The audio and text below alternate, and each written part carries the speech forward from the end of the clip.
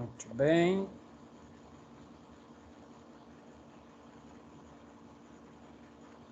Pronto, então muito bom dia oficialmente, sejam bem-vindos, bem-vindas.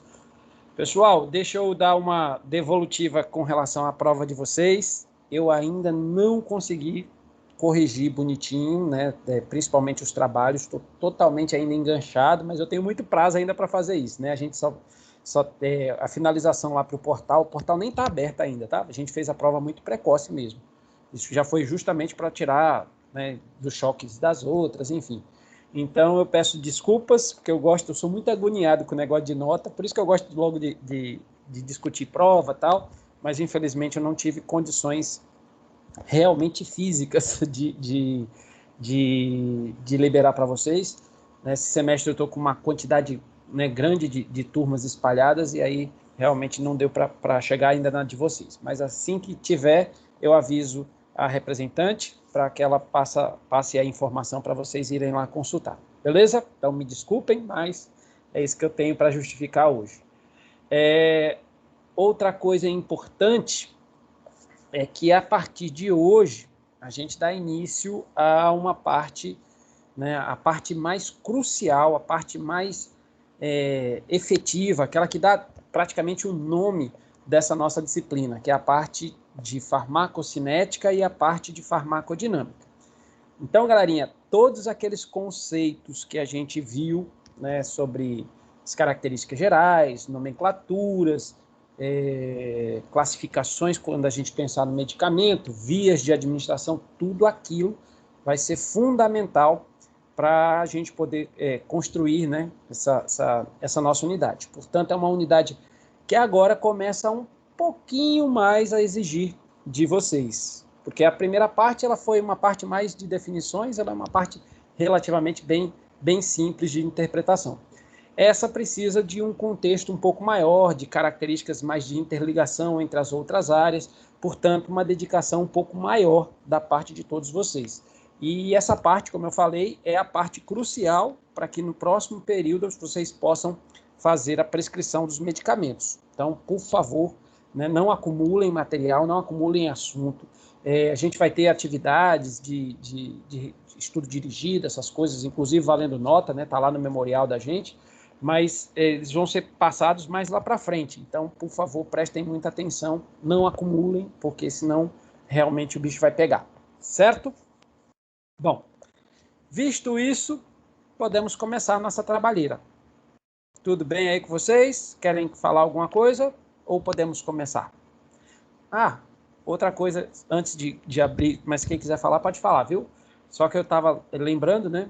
Todos vocês já estão sabendo que nós estaremos, né, por algum tempo, por conta da pandemia, mais uma vez só em contato aqui, né? Os rodízios ficam suspensos, apesar de que a turma de vocês, até onde eu me lembre, não estava indo para fazer a parte do rodízio, pelo menos na minha disciplina.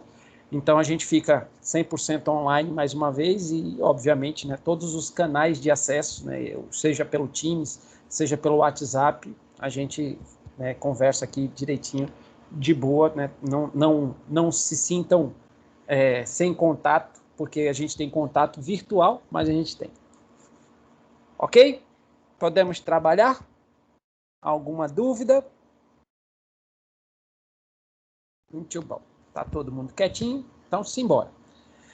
Então, galerinha, hoje a gente começa uma parte, né, essencial da nossa disciplina, porque agora a gente vai ver metade daquela interação dos compostos químicos com o organismo vivo. Essa frase que eu acabei de dizer para vocês foi a frase que a gente definiu o que era farmacologia. Interação de compostos químicos com o organismo vivo. E eu falava que a palavra interação ela é perfeita porque ela caracteriza a interação entre duas partes. A parte do fármaco em relação ao organismo e do organismo em relação ao fármaco. Essa parte que analisa o que o organismo faz em relação ao fármaco é a parte da farmacocinética. Então, farmacocinética é a área da farmacologia que estuda esse movimento. Cinética tem a ver com movimento do fármaco pelo organismo. E é o organismo quem faz esse movimento, ou seja, é o organismo o responsável pelo processo de absorção. É o organismo quem distribui o fármaco por todas as partes do nosso corpo. É o organismo quem é responsável em metabolizar, se é que aquele fármaco será metabolizado, mas a maioria vai ser, então o organismo pode metabolizar aquele fármaco. E é o organismo quem põe fim à ação do fármaco, excretando-o, né? A gente joga o fármaco para fora do nosso corpo. Então, do jeitinho que ele entra, né? Em algum momento a gente vai colocá-lo para fora. Não exatamente como ele entra, porque pode ser que a gente tenha necessidade de metabolizá-lo para poder excretá-lo. Mas tudo que entra, em algum momento, deverá ser expulso do organismo. Então, esse movimento do fármaco, o que o fármaco faz ao organismo, né, as áreas de absorção, distribuição, metabolismo e excreção são estudadas nesse contexto da farmacocinética. E pela sua importância clínica, que já já vou explicar melhor o que é, qual é, e pela sua complexidade, a gente estuda por bloquinhos, né, por pedacinhos. Na verdade verdadeira, essas coisas não necessariamente seguem, né, exatamente. Olha, todo fármaco primeiro tem que ser absorvido, para depois o fármaco começar a ser distribuído, para depois ele começar a ser biotransformado e, por último, ser excretado. Não é tão bonitinho, tão organizadinho dessa forma. Então, vocês vão perceber que existe, né, uma dinamicidade muito grande desses processos. A gente pode ter uma parte que esteja sendo absorvida e outra parte já estará sendo distribuída. Uma parte que acabou de ser absorvida pode primeiro ser biotransformada para antes de ser distribuída. Uma parte pode nem sequer ter sido absorvida e já começar a ser excretada, por exemplo, pelo nosso cocôzinho, mas tudo mais ou menos ao mesmo tempo. Pode acontecer a depender de fármaco para fármaco. Então, é um processo, né, que acaba sendo de uma dinamicidade muito grande e, obviamente, a gente precisa só organizar os conceitos para que a gente não pire o cabeção. Então, para ficar mais fácil e mais didático, a gente distribui, né? A gente subdivide em cada partezinha dessa, a gente vai estudar isoladamente cada partezinha dessa. Mas imaginem um processo como um processo muito mais, né, dinâmico dentro do nosso organismo. Bom, e por que a gente precisa estudar isso, né? Qual que seria efetivamente a importância clínica? Como eu falei, isso aqui é um pilar da farmacologia, né? Sem isso a gente não consegue prescrever. Por quê? Porque para eu prescrever um medicamento para alguém, eu preciso entender todos esses critérios, todas essas etapas, para eu construir o que a gente chama de posologia. Então, o que seria a posologia? Seria o estudo da dose, né? Então, como é que eu determino que é para eu utilizar 500 miligramas a cada 8 horas, por, sei lá, 3 dias? Aí outro medicamento a gente usa 100 miligramas de 6 em 6 horas, por 10 dias. Como é que eu consigo calcular essa posologia? Sabendo esses critérios de farmacocinética. A farmacocinética, ela é subdividida, né, em duas partes. Vocês podem até consultar o cronograma, vocês vão ver essa divisão. A gente tem duas partes importantes. Uma parte mais básica, que é essa que a gente está começando hoje, uma parte em que a gente vai caracterizar o processo, como que o processo acontece, e uma outra parte que a gente já vai considerar essa parte mais clínica, onde a gente vai conseguir enxergar, depois que a gente estudar todos os processos, a gente já vai conseguir montar na nossa cabecinha, imaginando um corpo, né, imaginando um organismo, a gente já vai conseguir entender algumas continhas, né, alguns fatores para que a gente possa construir a nossa posologia. Essa posologia que eu estou falando para vocês, a construção da posologia, esse estudo da dose, né, essa quantificação, essa distribuição da nossa dosagem, ela é comum para um grupo de pessoas que a gente considera que sejam mais ou menos medianos, mais ou menos dentro de uma média, e aí, né, na maior parte das vezes, todos nós nos enquadramos nessas pessoas que são consideradas medianas, ou seja, nós temos um perfil médio do que vai acontecer. Tratar pessoas que estão na média é relativamente fácil, porque é muito bem estudado. A gente já sabe que uma pessoa é um adulto, jovem, saudável, tem um peso mediano, tem uma estatura mediana, enfim, normalmente os seus processos fisiológicos são muito padrão, né? A gente já conhece que vai acontecer mais ou menos nesse corpo que a gente diz que é um corpo de uma pessoa mediana. O problema é quem está nos extremos, galera. Criar uma posologia para quem é dos extremos é muito mais complicado. E quem é que está no extremo normalmente? A gente pode pensar aqui os extremos de idade. Então, não é à toa que a gente estuda na área da saúde como um todo mesmo. A gente divide a clínica geral, né, a clínica médica, a clínica odontológica, que é a parte que a gente diz que é a parte mediana, e a gente separa, por exemplo, os extremos de idade. A gente estuda em separado a pediatria, a gente estuda em separado a geriatria. E por que a gente separa a pediatria e a geriatria? Porque elas fogem um pouquinho do que é essa média. Eles têm variações. Por exemplo, uma criança, né, principalmente as mais novinhas, os recém-nascidos, eles têm um padrão de absorção muito diferente por conta da característica fisiológica de imaturidade. O metabolismo dessas crianças é diferente, a quantidade de proteínas plasmáticas é diferente do que a gente pode comparar de um adulto jovem saudável. Mesma coisa para um idoso. O idoso ele já teve um organismo mediano, mas o idoso, ao passo que ele vai envelhecendo, ele começa a ter alterações na absorção, alterações na distribuição, alterações no metabolismo, alterações na excreção. Vocês terem ideia dessas complexidades, esse assunto, né, para a gente estudar as particularidades da pediatria e da geriatria, é praticamente o último módulo do semestre que vem que a gente vai estudar. Ou seja, quando a gente estiver lá no quarto período, quando vocês estiverem lá no quarto período no uso racional de medicamento, a gente vai começar a caracterizar esse perfil desse público que é tão diferente, naturalmente diferente, porque o seu organismo não está funcionando da forma mediana que a gente conhece. Do mesmo jeito, a gente pode pensar em pessoas que têm algum desvio da sua normalidade, ou seja, pode ser por patologia ou pode ser por variação mesmo. Vamos pensar nas patologias. Pensem aí, antes de eu chegar lá, mas já falando para vocês, já dando um spoiler, o fígado, eu já falei até sobre isso, o fígado é o principal local que a gente tem no organismo para metabolizar. E se a pessoa tiver insuficiência hepática? Vou dar outro spoiler.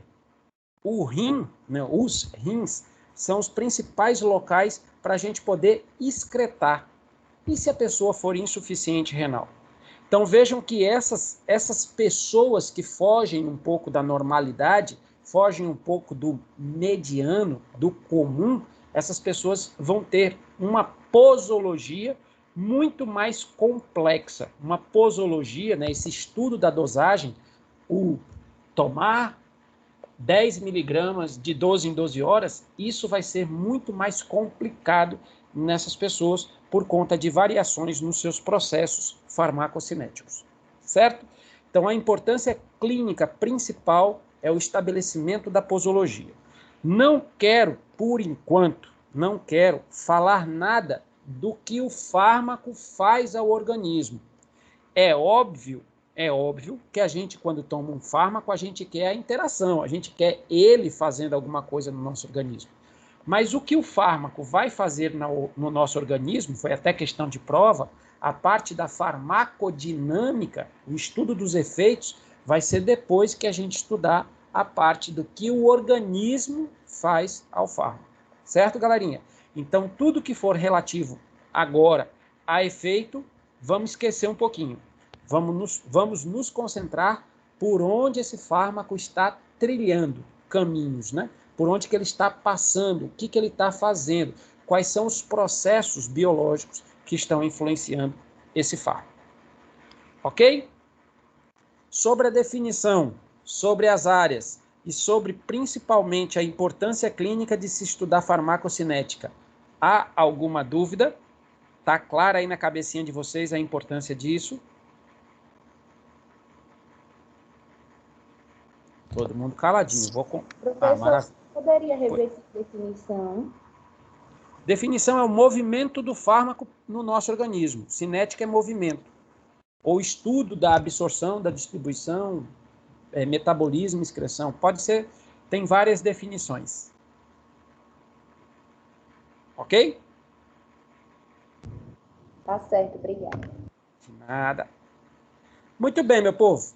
Então, esta daqui é uma figura que está lá no livro do Goodman, né? Falamos do livro do Goodman como sendo uma das nossas referências, né? Referência mundial de farmacologia. Essa figura é dele. E nessa figura, por enquanto, eu quero apenas provocar vocês. Eu quero apenas que vocês se liguem aí na quantidade de setinhas e muitas delas que vão e voltam, né? Então, mais uma vez, eu quero reforçar para vocês que esse processo farmacocinético, ele tem uma dinamicidade orgânica muito grande. E como eu falei para vocês, nem sempre ele é, né, tão bonitinho e retilíneo, seguindo sempre o mesmo caminho. Absorve, distribui, metaboliza e depois excreta. Não, vejam que as coisas podem, né, estar misturadas aí ao longo do tempo. Combinado, gente? Essa figurinha é a nossa figura-chave da nossa aula de hoje.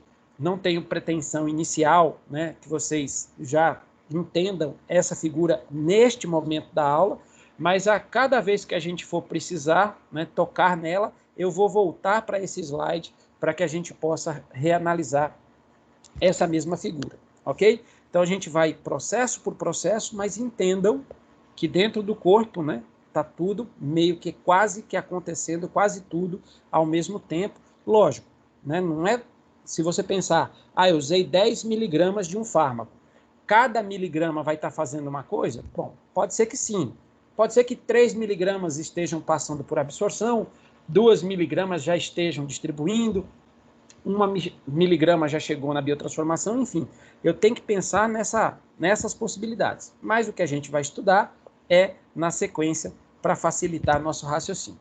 Então, comecemos pelo processo de absorção. Ó. Vou absorver. O que quer dizer isso? Primeiro processo, olha só. O processo de absorção é um processo em que eu transfiro o fármaco de onde ele foi aplicado, ou seja, onde ele chegou com a via de administração. Lembra lá da via de administração? Via de administração é quando eu coloco em contato, o medicamento em contato com o organismo. Então eu posso administrar, por exemplo, pela via oral. Então quando eu faço a via oral, eu imagino que o medicamento vai ser deglutido pela minha boca, eu imagino que esse medicamento vai ser dissolvido, vai liberar o princípio ativo, e esse princípio ativo, que é o fármaco, que é o que me interessa, que estava lá no medicamento, ele vai começar a ser absorvido quando ele sair do meu intestino e começar a chegar na minha corrente circulatória. Então, este processo de passagem do local que eu administrei, né, para dentro da corrente circulatória é chamado de absorção.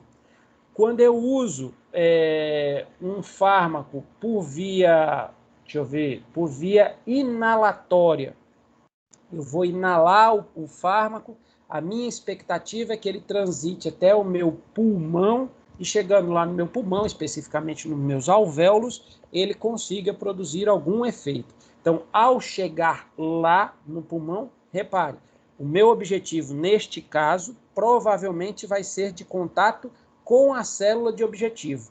Eu preciso de uma absorção, neste caso da via inalatória, onde eu quero o efeito já direto no alvéolo? Não, não preciso, porque o fármaco foi inalado e já chegou no meu alvéolo. Mas a questão é, ele vai ficar restrito ao alvéolo? Provavelmente não. Então, o que que acontece? Mesmo quando eu tenho um efeito mais tópico, mais localizado, mesmo assim, em algum momento o fármaco começa a passar do local que ele chegou, né, do local que ele foi administrado, para dentro da corrente circulatória. E toda vez que ele for transferido do local que ele foi administrado para dentro da corrente circulatória, eu vou estar diante de uma absorção, do processo absorção. Então imaginem aqui, galerinha, que essas bolinhas azuis aqui que vocês estão vendo, ó, elas representem moléculas do fármaco. Portanto, galerinha, veja, eu administro o medicamento. Dentro do medicamento eu tenho fármaco ou fármacos, né, no plural. E quando eu falo do processo de absorção, eu estou analisando a molécula do princípio ativo. Quer dizer, se o meu medicamento ele foi utilizado, por exemplo, na forma de um comprimido, na forma de uma drágia, ele vai precisar primeiro passar por um processo de dissolução, ou seja, ele vai ter que ser fragmentado, dissolvido, vai ser solubilizado com os nossos líquidos orgânicos, para que então só o fármaco, só aquilo que efetivamente me interessa, só o princípio ativo, consiga alcançar a corrente circulatória. Então, quando a gente analisa o processo, olha aqui, né? Esse aqui é um desenho esquemático da nossa membrana alveolar. Então, membrana alveolar constituída pelo alvéolo pulmonar e pelos capilares daquela região. Vocês estudaram isso lá na OMF2. Então, veja que o fármaco está aqui, ó, no alvéolo. Muitas vezes, como eu acabei de falar para vocês, o efeito que eu quero já é aqui no alvéolo, já é especificamente no alvéolo. Porém, é comum que, ao chegar no alvéolo, por conta da ampla vascularização daquela região, o fármaco faça o processo de absorção. E o que seria esse processo de absorção? Seria o processo dele sair de dentro do alvéolo e chegar no interior da corrente circulatória. Quando isto acontecer, né, quando este processo acontecer, a gente diz que o fármaco foi absorvido. Ele passou agora para a corrente circulatória. Olhe outro exemplo aqui, ó. O fármaco foi injetado. Na verdade, eu injetei o medicamento, né? Eu injetei o medicamento, mas esse medicamento era uma solução. E essa solução aqui, ó, tá com os fármacos, as bolinhas azuis, já aqui, ó, dentro do músculo. Isso aqui é uma via intramuscular. Eu injetei dentro do músculo. Quando é que vai acontecer o processo de absorção deste fármaco? Quando este fármaco sair de dentro do músculo e ganhar a corrente circulatória. Então, quem aí lembra da histologia, né? E falem que lembre, pelo amor de Deus, senão minha mãe vai ficar com raiva. Então, quem lembra da histologia vai identificar que aqui a gente tem um corte transversal de fibras musculares e aqui, nesse espaço, é o leito vascular, né? Então, esse leito vascular agora recebeu as moléculas do fármaco. Neste momento, quando a gente teve a transferência, a gente teve o processo de absorção. E aqui, né, na nossa forma mais comum de usar o medicamento pela boca. Então, a gente diz que é via oral, né, passar pela boca. Então, passa pela boca, mas o objetivo, normalmente, é encontrar o intestino. O intestino, né, principalmente o intestino delgado, foi projetado por Papai do Céu, anatomicamente falando, para ser um ótimo local de absorção. E aí, o que acontece, galera? Enquanto o fármaco estiver aqui na luz do intestino, é sinal que ele ainda não foi absorvido. Quando é que ele vai ser absorvido? Quando ele sair da luz do intestino e conseguir ganhar a corrente circulatória. Aqui não dá para ver, mas ele estaria aqui, ó, chegando no interior desses vasinhos, chamados de vasinhos mesentéricos. Então, a gente absorve no intestino e o fármaco chega lá nos vasinhos mesentéricos e, a partir de então, ele vai começar a fazer uma outra jornada de processo farmacocinético. Portanto, por definição, o processo de absorção é um processo de passagem. Passar do local que eu administrei para dentro da corrente circulatória. independente de qual das vias que eu esteja observando, independente por qual local eu esteja falando, veja, esse processo de absorção, ele é um processo de passagem por tecidos, por células. Então, veja aqui, a gente passou aqui pelas células do alvéolo, pela célula do capilar, para que chegasse na corrente circulatória. Mesma coisa aqui, ó, passou pelas células das fibras, pelas fibras musculares, né, pelas células musculares, e encontrou a corrente circulatória. Mesma coisa aqui, esse daqui vamos pensar mais detalhado, né? Vamos pensar, esse daqui eu tenho uma camada de enterócitos, aí depois do enterócito eu tenho tecido conjuntivo, aí depois do tecido conjuntivo eu tenho tecido muscular, aí eu chego no vaso, o vaso também tem várias camadas, túnica externa, túnica média, túnica interna, e aí efetivamente eu chego no leito vascular. Enfim, independente por onde eu esteja falando, alguns uma passagem mais difícil, outros uma passagem um pouco mais fácil, independente, eu vou passar por tecidos, eu vou passar por células. E célula, galera, independente de qual seja, né, nossas células são células de eucariotos. E como nós temos células eucarióticas, nossas células são cobertas por membranas e são cheias de membranas. O que pode acontecer nessa passagem? A passagem pode acontecer entre as células, por entre as células? Até pode, mas lembrem, normalmente as células são fixadas muito juntinhas umas das outras, principalmente quando a gente considera algum epitélio, né? Elas têm junções estreitas uma entre as outras, os desmossomos, os hemidesmossomos, e ali aquela passagem pode não ser tão fácil quanto aparenta. Então, passar por entre as células é como se você imaginasse duas casas vizinhas cujos muros são colados. Você é uma visita, você vai passar por dentro daqueles muros que estão colados, poxa, vai te dar trabalho, você vai ter que subir por cima do muro, dar algum jeito para você conseguir passar. Então, talvez seja muito mais fácil passar abrindo a porta de uma das casas, né, entrando efetivamente porta dentro para sair do outro lado, né, entrar pela porta da frente para sair na porta dos fundos. Isso talvez seja muito mais fácil. Então, passar pela membrana e por dentro de células talvez seja um caminho muito mais tranquilo, né? Nesse exemplo aí da casa, entrar na porta da frente e sair na porta do fundo, talvez seja muito mais fácil do que passar pelos muros que estão colados, pelas membranas de células vicinais que têm os desmossomos e os hemidesmossomos. Então, passar por entre células, galera, significa que vamos passar por membrana.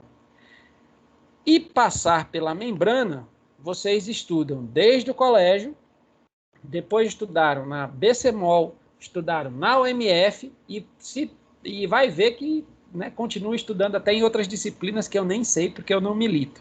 Então, esse processo de passagem pela membrana, vocês já estudam de longa data. Então, o que vai acontecer? A gente vai apenas fazer processos, né, modalidades de transporte por membrana. Por quê? Porque eu posso passar entre as células, transporte intracelular? Pode, mas como eu falei para vocês, seria a mesma coisa de passar, você, pessoa, passar de um lado a outro, né, de uma quadra para outra, passando por duas casas vizinhas cujos muros estejam colados. Só se você subir em cima do muro, vai ter que dar seu jeito para você tem que ser um pouco MacGyver para passar. MacGyver é velho, ó. Tô falando MacGyver, vocês nem vão saber o que é. Ainda bem que relançaram aí o MacGyver, mas MacGyver é da minha época, a época de Rainer também, ó, tô falando de você, viu, Rainer? Já denunciando a idade. Mas, né, você tem que ser ninja. Eu estava aqui, viu? Com isso eu lembro. Pois é. Mas lançaram de novo. Outro dia minha filha estava falando aqui, ó, pai, você já viu uma série chamada MacGyver? Eu falei, eita, e o cara ainda tá fazendo, porque o cara deve ter uns 150 anos de idade, né? O MacGyver. Aí, mas não, agora é uma reeditaram, viu? Depois aí vocês assistam para saber. Bota no YouTube.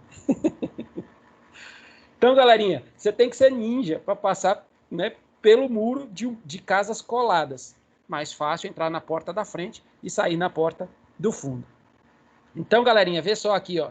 Essas modalidades, né, a gente já estudou lá na BCMOL, inclusive, eu acho que foi, né, não, acho que não foi aula minha, não, acho que foi aula das meninas, que normalmente são elas que pegam essa parte, mas vocês ouviram falar, né, sobre a parte da difusão através do lipídio, que vocês provavelmente ouviram com o nome de difusão simples.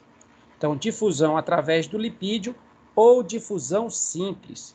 É essa passagem em que a molécula, aqui a gente está falando só da molécula, tá? Só do fármaco. Então, vejam aqui, ó, o fármaco ele está passando por entre os lipídios da membrana, por entre a camada de fosfolipídio.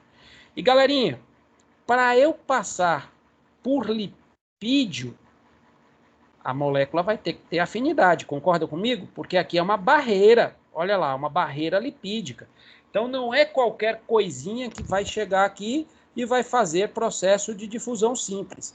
Para fazer o processo de difusão simples, ou seja, para atravessar as camadas lipídicas de um lado para outro, essa molécula aqui vai ter que ter o fenômeno de lipossolubilidade. Ela tem que ser lipossolúvel.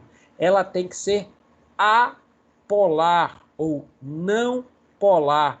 Por quê? Porque se ela não for lipossolúvel, se ela não conseguir se solubilizar em lipídios, se ela não conseguir ser apolar, porque essa camada aqui da cauda dos lipídios, ó, essa caudazinha aqui todinha, não gosta de água. Lembrem, né? O lipídio, ele tem uma cabecinha polar para estar em contato com o líquido extracelular e com o líquido intracelular. Mas essa grande parte aqui de dentro é uma região altamente hidrofóbica, que não gosta de água. E aí, minha partícula não pode ser hidrossolúvel, não pode ser polar. Ela tem que gostar de gordura, ela tem que gostar de lipídio, ela tem que ser lipossolúvel.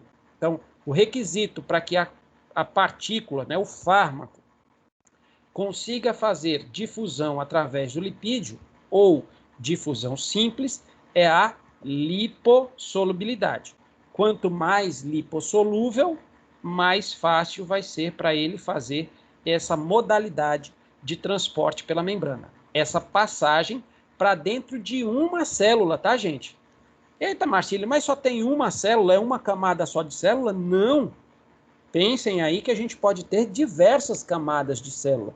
Então, não é um processo simples, né? Vai ter que passar de célula a célula. Se eu tiver 10 células num tecido epitelial, por exemplo, sei lá, tenho 10 camadas de célula, tem que passar de uma por uma, gente. Por isso que o processo de absorção é muito variável.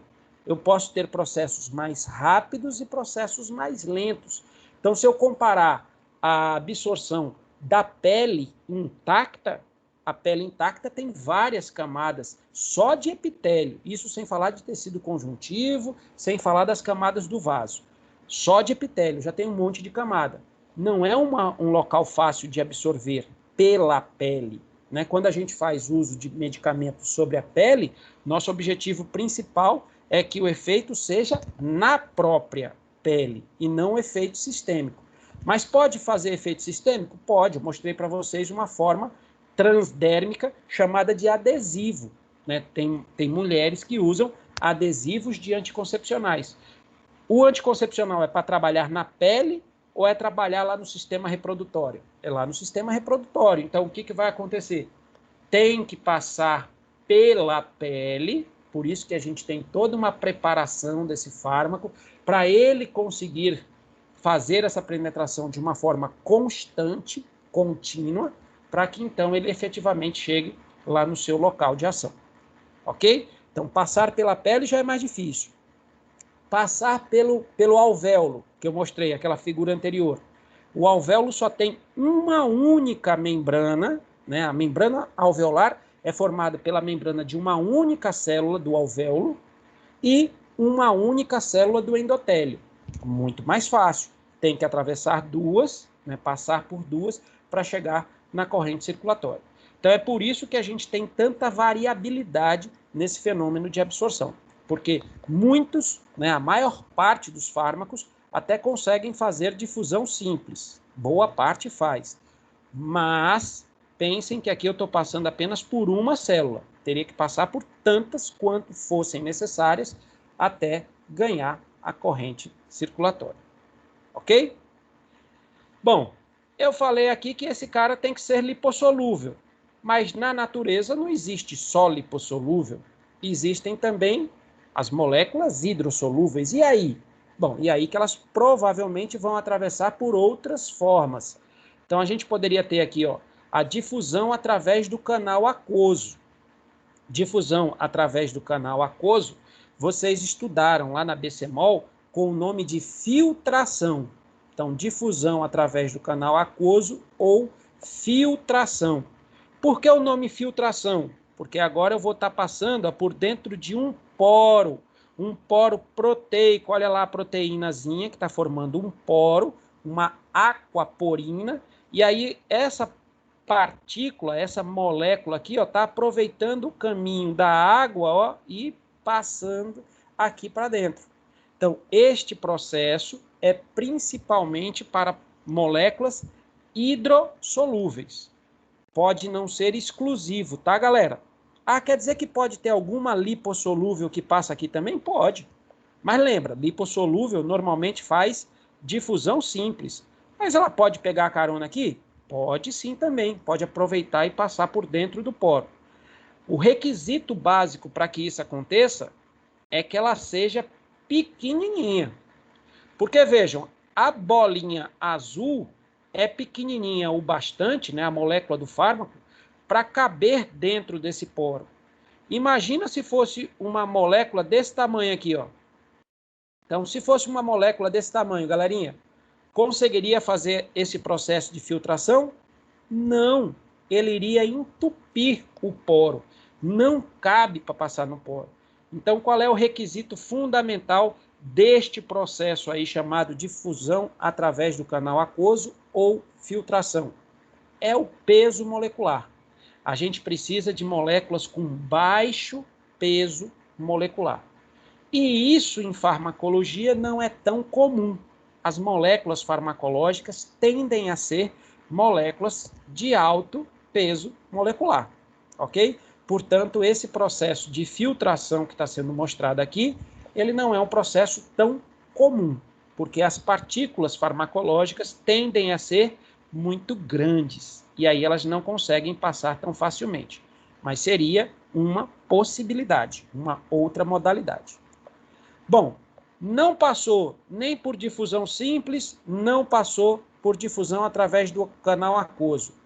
Pode passar utilizando um transportador. Esse transportador é uma proteína que tem afinidade, ó, pela molécula do fármaco, reconhece essa molécula, né, ó, reconhece a molécula aqui em uma região e transfere ela para outra. Essa modalidade por transportador, vocês aprenderam lá na BCMOL que ela pode ser subdividida em dois tipos. Existe um tipo chamado de difusão facilitada. No processo de difusão facilitada, minha galera, o que vai acontecer no processo? A gente vai a favor do gradiente de concentração. O que quer dizer isso? A gente tira de onde tem mais e vai para onde tem menos. Não se gasta energia extra para fazer isso. Então, na difusão facilitada, assim como na difusão simples também acontece, a gente vai a favor do gradiente de concentração. Então, a energia vem do gradiente. Esta proteína aqui não gasta energia direta para fazer o processo de transporte. No entanto, existe um tipo que não está nem aí para gastar energia ou não, que é o cara que a gente chama de transporte ativo. No caso do transporte ativo, eu também tenho uma proteína transportadora. Só que essa proteína transportadora não está nem aí para gastar energia. Ela gasta energia seja de forma direta, seja de forma indireta, mas ela gasta energia para transportar a partícula de um lado para o outro. Ora, se está gastando energia, galera, tanto faz o gradiente de concentração. Seja qual for o gradiente, se eu vou gastar energia, se o transporte ativo gasta energia, ele vai tirar de onde ele achar que tem que tirar para o outro local, certo? Então aí não tem problema do gradiente de concentração. Na difusão facilitada, vai a favor do gradiente. No transporte ativo, não tem problema com gradiente. Qual é o requisito para que essa modalidade, né? Porque tanto faz a difusão facilitada ou o transporte ativo. A grande diferença entre um e outro é o gasto de energia. Um, né, não gasta energia, difusão facilitada, o outro gasta energia, transporte ativo. Essa é a diferença. Mas qual é o requisito número 1 para que isso aconteça? Afinidade. Então, a partícula farmacológica, o fármaco, o princípio ativo, tem que ter afinidade por transportador. O transportador só transporta quem ele quiser. Então, o processo aqui depende de afinidade. Este processo, né, que depende do transportador, ele é um processo que pode ter competição. Então, várias moléculas diferentes, várias moléculas, podem competir pelo mesmo transportador.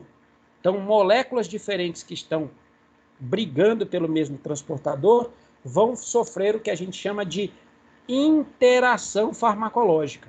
Nós temos um capítulo lá no final do nosso curso só para a gente falar de interação farmacológica. Mas só para eu dar um exemplo, existe um fármaco chamado levodopa. Levodopa é um fármaco usado para quem tem doença de Parkinson. E esse fármaco, levodopa, ele compete com aminoácidos da dieta pelo mesmo transportador. Então, este fármaco levodopa pode ter a sua absorção atrapalhada por aminoácidos da dieta, assim como os aminoácidos da dieta daquele paciente, normalmente quem tem Parkinson é um paciente idoso, os aminoácidos da dieta podem sofrer problemas para serem absorvidos na presença da levodopa. Então vejam que é uma interação. Levodopa não se dá bem com aminoácido, nem aminoácido se dá bem com levodopa. Por quê? Porque eles brigam pelo mesmo sistema de transporte, pelo mesmo sistema de absorção. Combinado, galera? Tudo certo? E, por final, a gente tem o mais esdrúxulo de todos. Aliás, o mais raro de todos é o processo chamado de endocitose. Nesse processo de endocitose, vocês aprendem lá na BCMOL, aprende lá na própria MAD, que vocês estão pagando agora, se fala muito de fagocitose, porque se fala de englobamento de partículas sólidas. Vocês aprendem também sobre pinocitose, né, englobamento de partículas líquidas. Mas aqui eu estou falando da molécula do fármaco. O que me interessa é a molécula do fármaco. E aí ela está solubilizada aqui, né, no líquido extracelular. Então, para a gente não pega muito bem ficar falando de fagocitose ou de pinocitose. A gente prefere o nome de endocitose, porque eu estou considerando aqui a molécula farmacológica. E aí, esse processo, que pode ser por criação de pseudópodos, pode ser pela criação de evaginações, é um processo extremamente complexo, que gasta energia, precisa gastar energia, tem toda uma movimentação do citoesqueleto, é super complicado, e para isso acontecer, galera, essa molécula, essa partícula aqui, tem que ser muito interessante para dentro dessa célula. Então, é raríssimo da gente ver a endocitose. É raríssimo.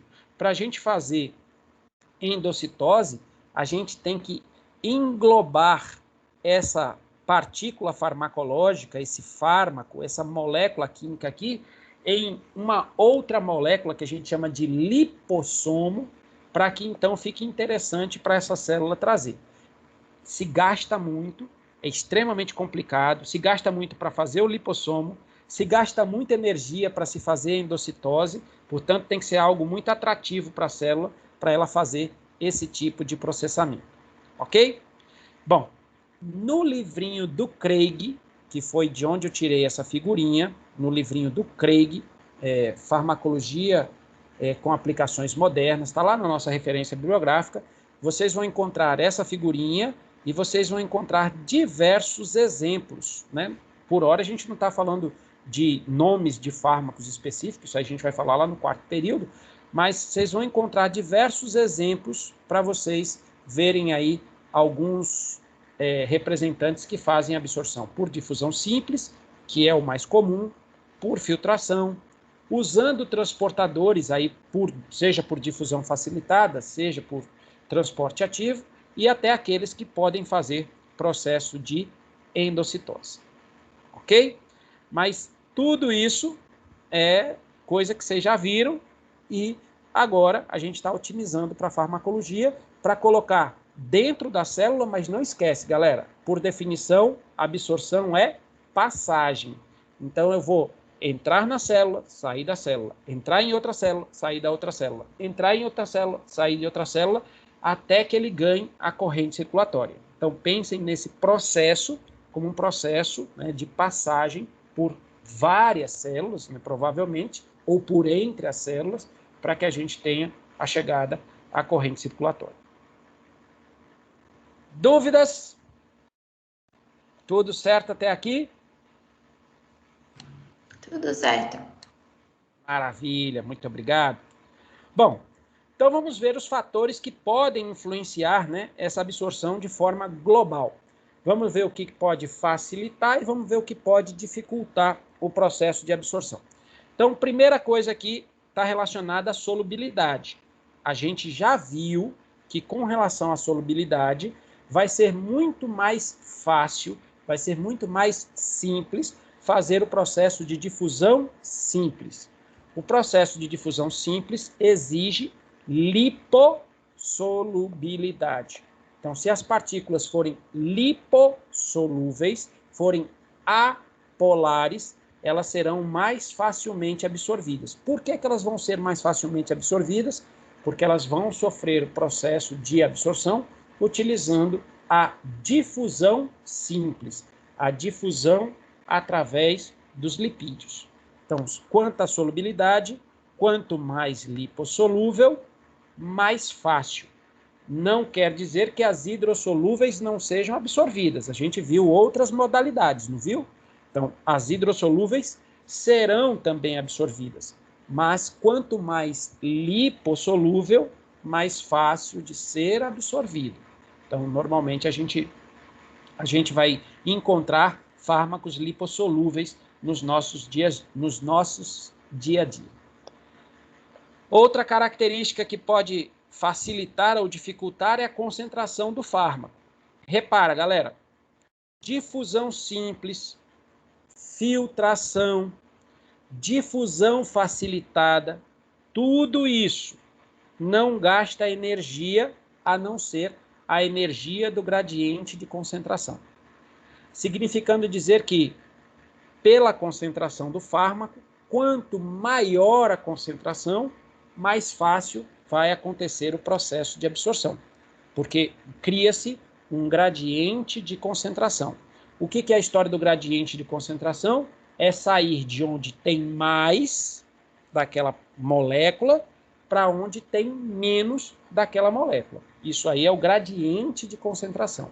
Então, quando a gente tem gradiente de concentração alto, ou seja, quando eu tenho uma concentração grande de um fármaco de um lado da célula e do outro não tem, é comum que aconteça o processo de absorção, certo? Isso daqui justifica o fato das pessoas terem toxicidade, começa a ter efeitos ruins quando a pessoa faz uma superdosagem. Nome em inglês de superdosagem é overdose. Todo mundo conhece o termo em inglês. Overdose, superdosagem. O que acontece? A pessoa era para tomar um comprimido, tomou uma caixa inteira. Ela tem risco? Tem risco, sim. Por que que ela tem mais risco? Porque ela vai aumentar demais a concentração, vai aumentar demais o gradiente de concentração e, consequentemente, vai aumentar demais o processo de absorção. Então, cuidado com a concentração. Variou a concentração, você pode variar a absorção. Combinado, galerinha? Certo com relação a isso? Então, cuidado com isso. Quando nós vamos prescrever, se era para você prescrever 10, se você prescrever 100 miligramas, né, era para prescrever 10, prescreveu 100, há um risco absurdo para o paciente, porque você está aumentando muito a concentração, e quando você aumenta muito a concentração, você aumenta muito o processo de absorção. Certo? Olha um exemplo interessante. O ferro, né, o elemento ferro, para ser absorvido, ele sofre um processo de absorção usando transportador. Tá? Então, ele precisa de um transportador para que aconteça o processo de passagem. Esse ferro, então, ele, por exemplo, quem já teve anemia ferro-priva aqui, sabe que anemia por falta de ferro, você não cura do dia para a noite. Você tem que tratar, né, por um período normalmente de meses, porque a quantidade de ferro que você absorve é controlada biologicamente e você só absorve X quantidade por dia, porque depende de um transportador.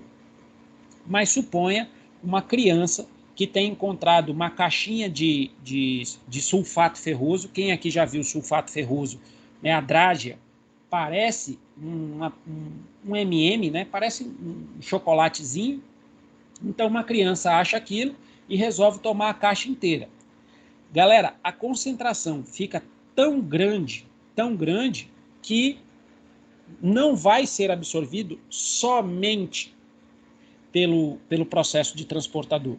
Começa a usar outras estratégias, pode aproveitar para entrar um pouquinho por filtração, pode aproveitar um pouquinho forçando, mas entra pela difusão simples, uma outra parte pode sofrer endocitose, enfim.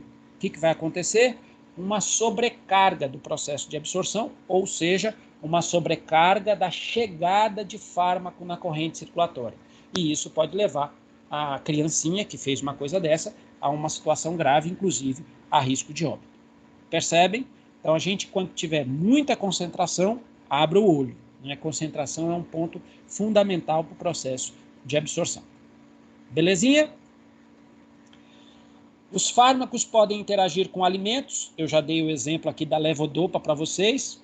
Isso aqui tem a ver com a composição química, mas também pode interagir com volume. Então, vocês já devem ter acontecido para vocês, na vida de vocês, de ter que tomar um determinado medicamento. Aí o médico fala, olha, toma esse medicamento de barriga cheia, ou outro medicamento. Atenção, esse medicamento aqui você tem que estar de jejum para tomar, não pode ter comido nada, aí você toma de jejum. Por quê, galera? Porque às vezes o volume do alimento, ele pode atrapalhar o processo de absorção. Atrapalhar, ou ele também pode facilitar. Por exemplo, tem um medicamento muito famoso, um antifúngico muito famoso chamado itraconazol. O irmão dele também, o cetoconazol. O cetoconazol, o nome comercial é Nizoral. Itraconazol, o nome comercial mais famoso que eu me lembrei agora foi o Traconax. São antifúngicos, né, para tratamento de micose. Esses caras adoram gordura, né, alimentos gordurosos e Coca-Cola. Eita, quer dizer que eu vou ter que tomar ele com Coca-Cola? Calma, jovem gafanhoto. Coca-Cola pode até facilitar a absorção, mas não precisa você fazer isso, porque mesmo sem o diacho da Coca-Cola, vai conseguir absorver. Agora, esse medicamento é melhor para ser absorvido com barriga cheia, de preferência com muita quantidade de gordura. Aí sim, a gente recomenda que o paciente faça uma alimentação, use o medicamento depois da alimentação, e essa alimentação, de preferência, você pede para o paciente colocar uma colherzinha de azeite, que é para facilitar o processo de absorção. Então, tem a ver com volume, mas isso daqui a gente vai estudar na aulinha que eu falei lá no final, que é a aula de interação medicamentosa, tá? Depois a gente fala melhor sobre isso. Pode interagir com a temperatura, mas nós, seres humanos, a gente não tem tanta absurda variação de temperatura, principalmente no nosso processo digestivo. Né? Nós somos seres homeotérmicos, mantemos a nossa temperatura, e por mais que você chupe um picolé, por mais que você tome uma sopa, quando você coloca, que seja possível de você colocar na boca e deglutir, né? Às vezes a gente dá uma ratada e se queima, né? Né? Sente a sensação ruim. Mas, via de regra, a gente usa o alimento numa temperatura que seja possível para a nossa mucosa tolerar. Então, nessa temperatura, normalmente não há grandes problemas nem grandes variações, não. Então, com relação à temperatura, eu diria que é um problema menor. Com relação ao volume, com relação à composição, sim, isso aqui a gente vai estudar mais lá na frente com relação à interação. Lembrando, tem coisa que vai facilitar, tem coisa que vai dificultar. Então, essa análise tem que ser feita caso a caso. Área de superfície de absorção, galerinha. Quanto maior a área preparada, destinada para absorver, melhor. Qual é a nossa área orgânica que foi preparada por Papai do Céu para absorver os nossos nutrientes? Chama intestino delgado. O intestino delgado, vocês estudaram na OMF, estudaram também as características do epitélio do intestino delgado, ouviram falar, né, das microvilosidades, tudo que serve para a gente poder aumentar a área de absorção. Então, quanto maior for a área de absorção, melhor, mais fácil vai ser o processo. Não quer dizer que eu não possa burlar um pouquinho isso, mas para eu burlar isso, eu tenho que mexer na fórmula do medicamento. Eu estou comparando, por exemplo, com a via sublingual. Então, pensa aí na via oral, pensa aí na via sublingual.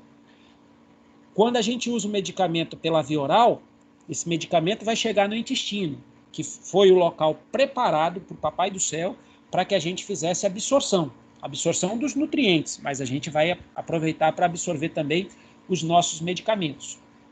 Então, o intestino ele tem 200 metros quadrados de área para poder absorver, 200 metros quadrados. Não sei vocês, mas o meu apartamento tem 74 metros quadrados, né? Então, você vê, dá quase 3 apartamentos do meu, só o que eu tenho, né, no meu intestino de área de absorção. Portanto, a absorção no intestino é a principal do nosso organismo. Agora, eu posso usar medicamento por via sublingual? Posso. Debaixo da língua, a área de absorção foi projetada para absorver? Foi não, meu doutor. Papai do Céu fez debaixo da língua para a gente ter saída de saliva, para facilitar a nossa movimentação da língua, mas pelo que eu saiba aqui, ninguém fica colocando uma garfada de almoço debaixo da língua e fica lá esperando que a mágica da absorção aconteça, né? Ninguém faz isso, naturalmente. Mas, debaixo da língua, a gente já viu que existem algumas características interessantes para a farmacologia.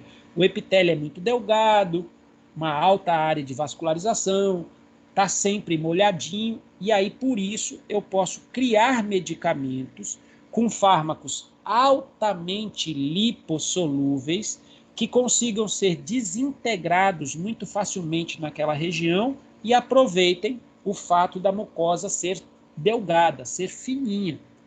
Mas para isso, repare, eu tive que preparar o medicamento. É diferente do da via oral.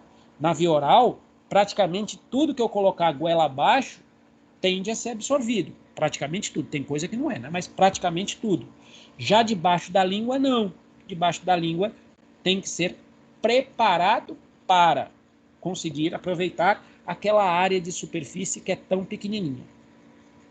Combinado, galera? Então, quanto maior a área de superfície, melhor, né, mais fácil a etapa de absorção. Aí vocês podem pensar assim, bom, significa dizer que a pele vai ser a nossa área maior de superfície, né? É o órgão com maior área de superfície é a pele. Então, a pele é ótima para absorver. Calma. A pele, na maior parte das vezes, ela é impermeabilizada pela nossa queratina. Lembram lá da histologia?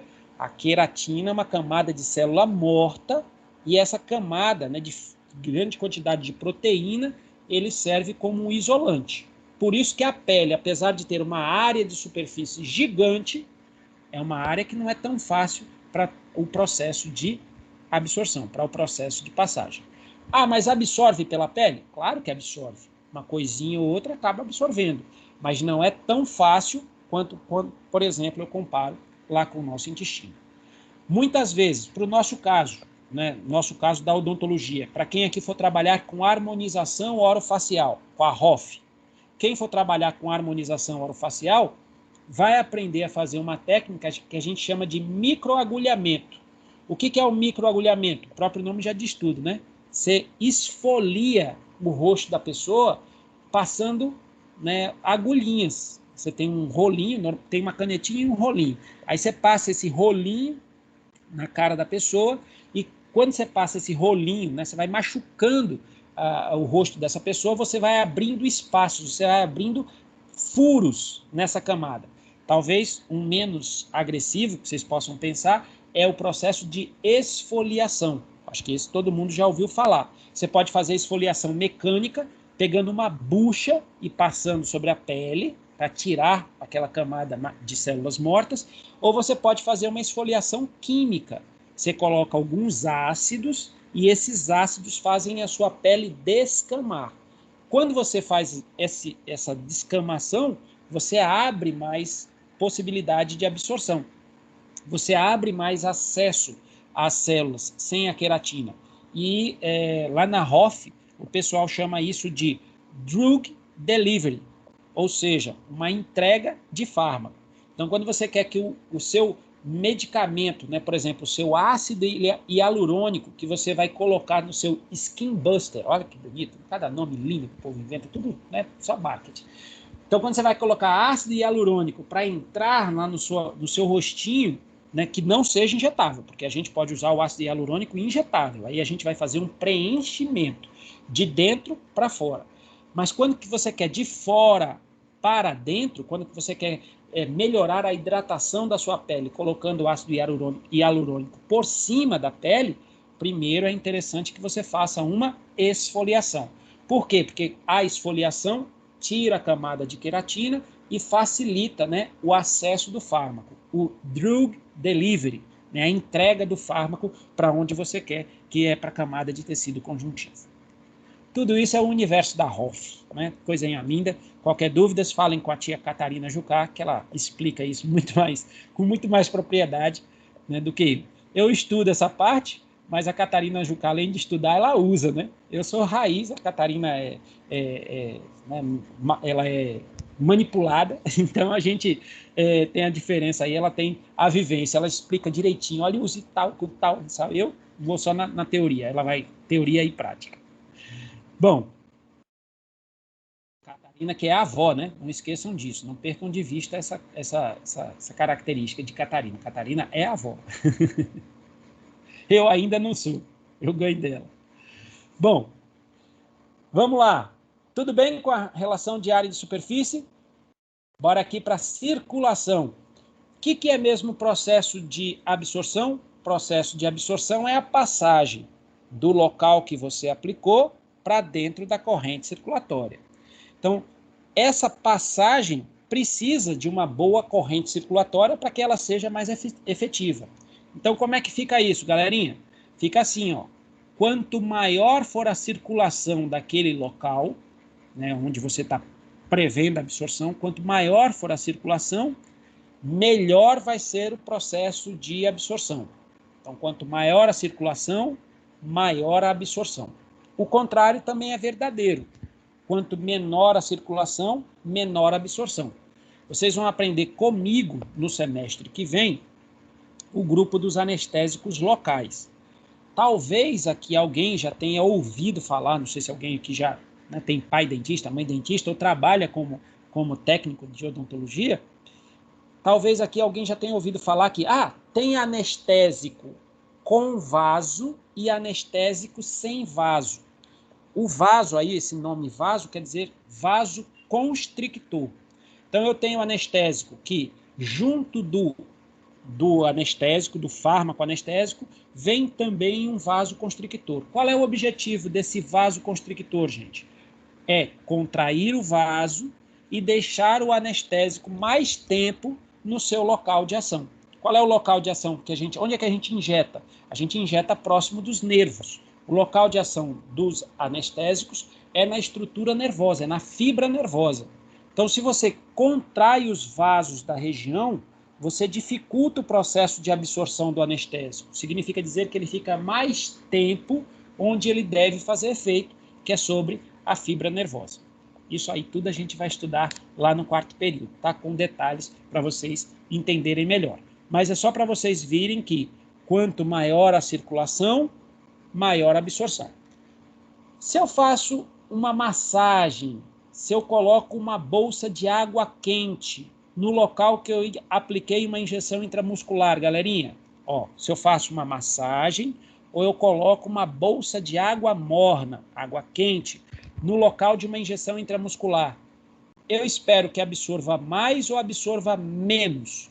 Me digam, respondam aí, quero ouvir vocês. Ouvir ou ler vocês? Coloquei uma bolsinha de água morna, fiz uma massagem, ou seja, aumentei a temperatura da região, de um local que eu fiz injeção intramuscular. A absorção aumenta ou a absorção diminui?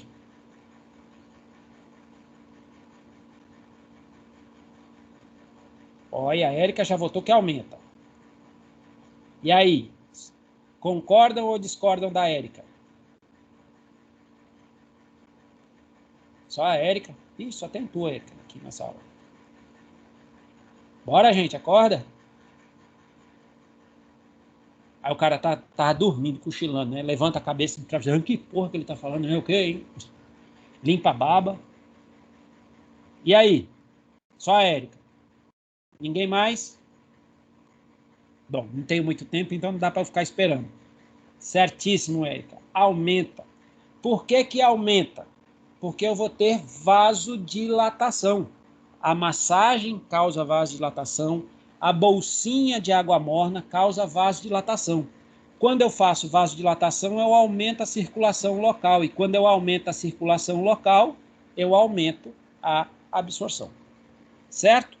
Então, qualquer critério que aumente a circulação ou qualquer área em que a circulação seja muito elevada, me favorece uma boa absorção.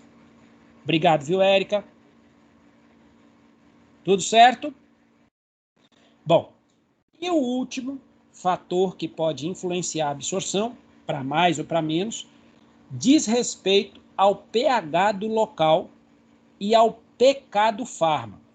pH é potencial hidrogeniônico, né? A acidez e a alcalinidade do local, e o pK é o potencial de dissociação iônica. Então, esses critérios que estão aqui são critérios químicos. E esses critérios químicos, né, essa correlação aqui, foi estabelecida por dois autores. Um chamava Henderson e o outro chamava Hasebalch. E eles descobriram isso fazendo cálculos matemáticos. Eu escolhi a área de saúde, eu não sei vocês, mas eu escolhi a área de saúde também porque eu não gosto de matemática. Eu sei matemática, o básico para a gente poder sobreviver.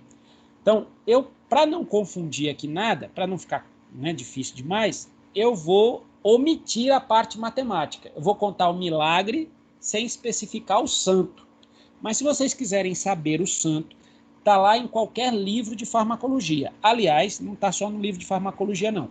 Lá no meu Instagram tem uma postagem que explica matematicamente, né? Eu fiz um vídeo para não ter que ficar explicando isso em aula, fiz um vídeo mostrando como é que acontece essa relação matemática em relação ao pK e ao pH, e pK de cada fármaco. Então, quem quiser dar uma passadinha lá no meu Instagram, dá uma futucada lá, que vocês vão achar um videozinho de dissociação. Aí eu usei como exemplo um fármaco ácido. Eu usei o ácido acetil salicílico. Mas aí dá para fazer com qualquer um a continha matemática. Eu simplesmente vou omitir a continha e vou chegar aqui nos finalmente. E o finalmente é esse daqui, ó. Se entender isso, vai já dar tudo certinho. Repara aqui comigo, galerinha.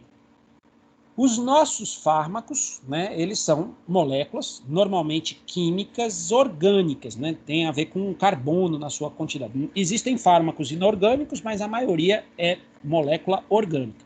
E tanto as inorgânicas quanto as orgânicas podem ser classificadas em ácidos ou bases. O que é um ácido, segundo Brøsted, lá da química? Brøsted dizia que um ácido é aquele cara que, quando colocado numa solução, ele pode liberar hidrogênio. Essa é a definição de ácido. Ácido, aqui representado por AH, uma molécula ácida qualquer, é o cara que, em solução, tem capacidade de liberar o hidrogênio. Isso é o ácido. E o que é a base, segundo Brøsted? Base é o cara que, em solução, tem a tendência de ganhar o hidrogênio. Olha só.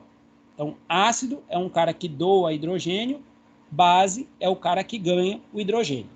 Essa é a definição mais simples que a gente tem de ácido e base, a definição do Brøsted, e a mais útil na área da saúde. Então, essa aqui eu não posso esquecer. Ácido, quem doa hidrogênio, base, quem ganha o hidrogênio. Beleza. Visto isso, a gente agora tem que ver a tendência para esse cara, o ácido, liberar o seu hidrogênio ou a base em ganhar esse hidrogênio. Então, essa tendência aqui de liberar ou de ganhar vai acontecer dependendo do pK da região.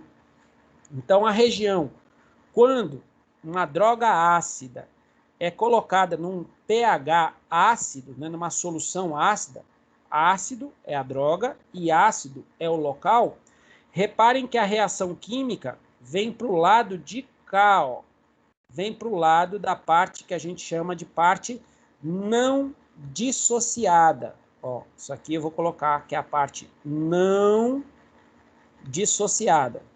Então, eita, que a letra fica horrível. Parte não dissociada. Quando eu coloco ela na região ácida. Então, ácido em ácido não dissocia. No entanto, se eu pegar a mesma droga ácida e colocar em pH básico, olha o lado que vai a reação. Vai para o lado da dissociação. E no lado da dissociação, galerinha, a substância adquire, ó, cargas elétricas. A substância fica mais polar. E se ela fica mais polar, ela fica mais hidrossolúvel. E eu já falei para vocês que moléculas hidrossolúveis não são muito bem absorvidas. Então, o que é mais fácil para absorver um ácido? Ácido é mais fácil de ser absorvido em pH ácido. Por que ácido é melhor de ser absorvido em pH ácido? Porque ele tende a não dissociar, ou seja, ele tende a não liberar seu hidrogênio, a não fazer exposição de cargas elétricas. Então, o milagre que o Henderson Hasebalch descobriram foi que ácido é melhor absorvido em pH ácido. Esse é o milagre. Matematicamente tem explicação? Tem. Aí quem quiser depois, olha no livro a equação de Henderson Hasebalch, que explica bonitinho por que um ácido é melhor absorvido em pH ácido. A justificativa simples é porque não dissocia, não expõe cargas elétricas e sem cargas elétricas expostas é mais fácil de ser absorvido. Ok? Mudamos de situação agora. Agora eu tenho um fármaco básico. Fármaco básico é aquele que pode ionizar, ó, pode ganhar hidrogênio. Então, ele pode estar na sua forma não ionizada, assim, sem a carga elétrica, ou na sua forma ionizada, com carga elétrica. Quando é que ele fica na forma não ionizada? Fica na forma ionizada quando eu coloco essa base em pH básico. Uma substância básica em pH básico tem a reação, olha o lado da reação, ó, vai para o lado da não ionização. E no lado da não ionização eu não tenho cargas elétricas. A minha molécula fica mais apolar, fica mais lipossolúvel, mais fácil de ser absorvida. No entanto, galerinha, se eu pego a mesma molécula básica e coloco em pH ácido, olha para onde vai a reação vai para o lado da ionização. Ele vai ser ionizado, vai ganhar carga elétrica.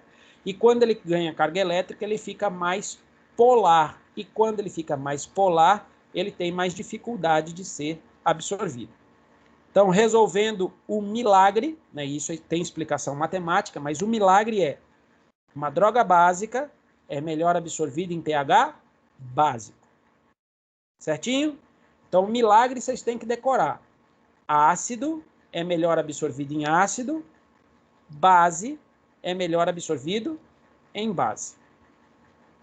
Beleza? Agora eu quero ouvir mais alguém além de Érica, viu? Mais alguém além de Érica, senão todo mundo vai levar falta. Olha só. Vamos lá. Questão do provão de 1999. Eita, a galera estava nascendo, eu já estava vendo prova do provão. Ave Maria. Provão de 1999. Mas esse eu fiz, viu? Esse aí eu fiz também, como aluno. Provão de 1999. Estava lá escrito: o ácido, atenção, o ácido acetil salicílico é melhor absorvido. Vamos lá, opções. O ácido acetil salicílico é melhor absorvido. Letra A, no estômago. Letra B, no duodeno. Letra C, no jejum. Letra D, no ilho. O ácido acetil salicílico é melhor absorvido. Letra A, no estômago. Letra B, no duodeno.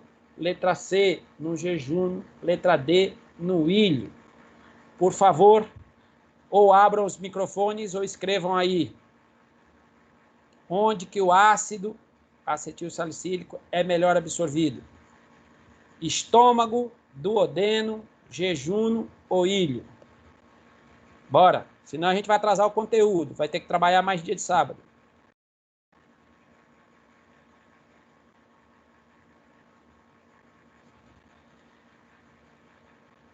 E aí, ninguém? Vai tu, Érica, pelo menos, pelo amor de Deus, não me deixe de só. Como diria Fernando Collor. Oi, Emily já votou, estômago. Quem acompanha ou quem vai contra a Emily? Estômago, Lorena, muito bem. Estômago, Isabelle, muito bem. Estômago, muito bem. E aí? Alguém vai diferente? É a lógica. Muito bem, Adélia. É a lógica. O ácido é melhor absorvido em ambiente ácido. Entre o estômago, o duodeno, o jejum e o ilho, qual dos quatro tem mais acidez? Estômago. Então, o ácido é melhor absorvido no duodeno. Oxi, enlouqueceu? Mas não é melhor ele absorver no ácido?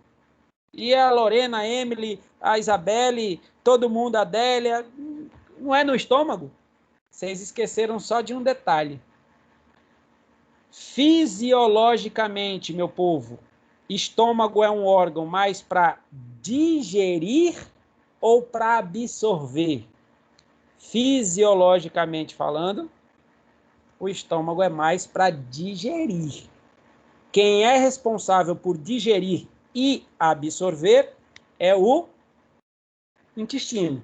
Aí do intestino, tem três partes aí. duodeno, jejúnio e ilho. Duodeno, pH 5,5, jejúnio, pH por volta de 7, 7,4, ilho, pH por volta de 8. Então, desses 3, me sobra o duodeno. Olha a pegadinha, farmacologia não é só química. Farmacologia é química mais fisiologia. Vocês foram perfeitas quando responderam pela química, mas a química precisa estar associado com a fisiologia. Quando a gente casa as duas, fica a maravilha da farmacologia. Beleza? Mas o raciocínio de todos vocês, eu sei que é uma sacanagem, eu forcei a sacanagem a acontecer, mas essa pegadinha é só para vocês não esquecerem, né, que ácido é melhor absorvido em ácido, desde que, né, aquela região seja boa de absorver, certo? Aí, esse não tem pegadinha, esse daqui, ó, sem pegadinhas mais, viu? A codeína é uma base. Codeína é um analgésico de caráter básico. A codeína, se eu fosse fazer a mesma questão, né? É melhor absorvida onde? No estômago, no duodeno, no jejúnio ou no ilho? Entre o jejúnio e o ilho. Por que entre o jejúnio e o ilho? Porque lá, entre jejúnio e ilho, a gente tem a alcalinidade necessária e a capacidade de absorver. Ah, por que então não é só no ilho? Porque lembre, o ilho também já é muito terminal, já não absorve lá essas coisas todas. Então é entre o jejúnio e o ilho. Não dá para eu ser, né, para dizer assim, matematicamente é só lá. Não, é entre o jejúnio e o ilho, porque ela é uma base. Ficou claro, galera? Dúvidas nessa questão? Lembrando, isso tem explicação matemática. Quem quiser, é só depois dar uma olhadinha, ou lá no livro, ou lá no meu Instagram, vocês vão ver isso. Beleza, maravilha, Leti. Então, partiu. Absorvemos. O que significa, galera? Que agora o nosso fármaco está na corrente circulatória. Então, a partir do momento que a gente absorve, significa dizer que o nosso fármaco está agora circulando. E quando ele começa a circular, a gente diz que ele começa a se distribuir. Então, a palavra distribuição é perfeita, né? Distribuição dá a ideia de que ele vai circular, vai se distribuir por todo o nosso corpo. Bom, obviamente que do mesmo jeitinho que existem características, né, que vão influenciar a absorção, é claro que existem características que vão influenciar a distribuição. Então, a gente tem aqui, por exemplo, perfusão e permeabilidade capilar. Galerinha, lembrem que existem órgãos no nosso organismo que recebem uma quantidade proporcional de sangue muito maior do que outros, em proporcionalidade, claro, né? Então, são órgãos mais perfundidos. Tem órgão mais perfundido e órgão menos perfundido. Então, eu tenho órgãos como, por exemplo, lembrem aí da anatomia, quando você pega um pulmão, eu não sei se a impressão que vocês têm se é igual à minha, mas para mim, tocar num pulmão me lembra uma esponja. É um órgão altamente perfundido, significa que você recebe muito sangue.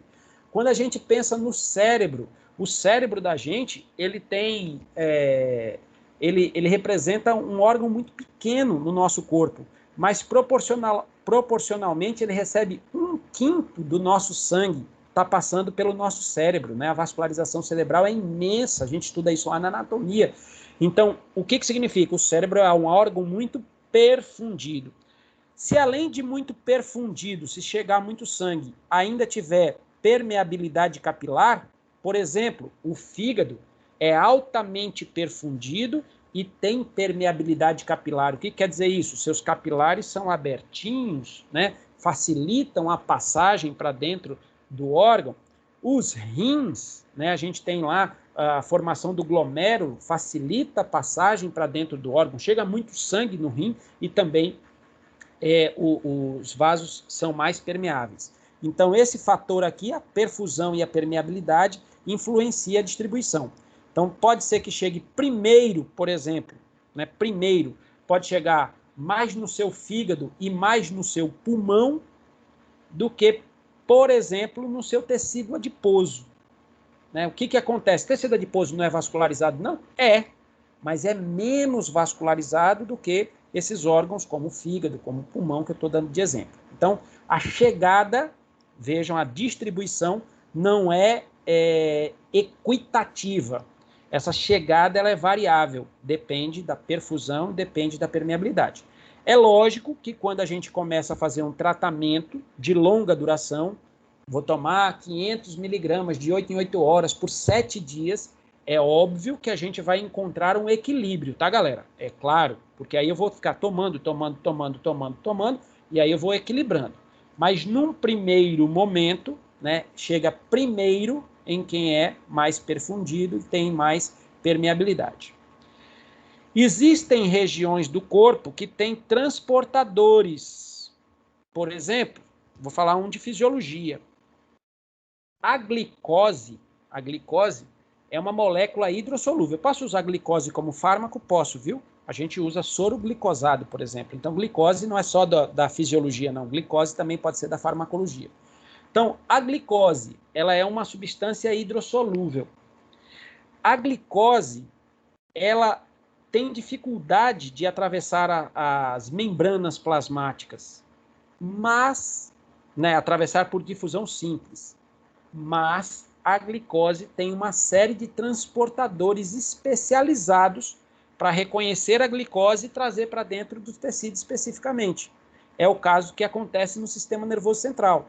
A gente tem GLUTs, né, transportadores de glicose, que ficam atentos para a passagem de glicose quando essa glicose está passando no sangue que está irrigando o nosso cérebro. Então, está passando glicose lá no sangue do cérebro, as células cerebrais, as células da micróglia, os próprios neurônios pegam essa glicose e transportam sem nem a necessidade da própria insulina. Eles não precisam de insulina, já é direto, né? O transporte cerebral de glicose é favorecido. Por quê, galera? Porque tem um transportador disponível. Então, se tiver um transportador disponível, então entenda que a gente acaba tendo mais facilidade de distribuição. Vocês devem ter ouvido falar, se não ouviram, né, entendam isso. A cloroquina e a hidroxicloroquina, elas têm um mecanismo de transporte favorecido para dentro da retina da gente. E quando elas passam pela nossa retina, elas têm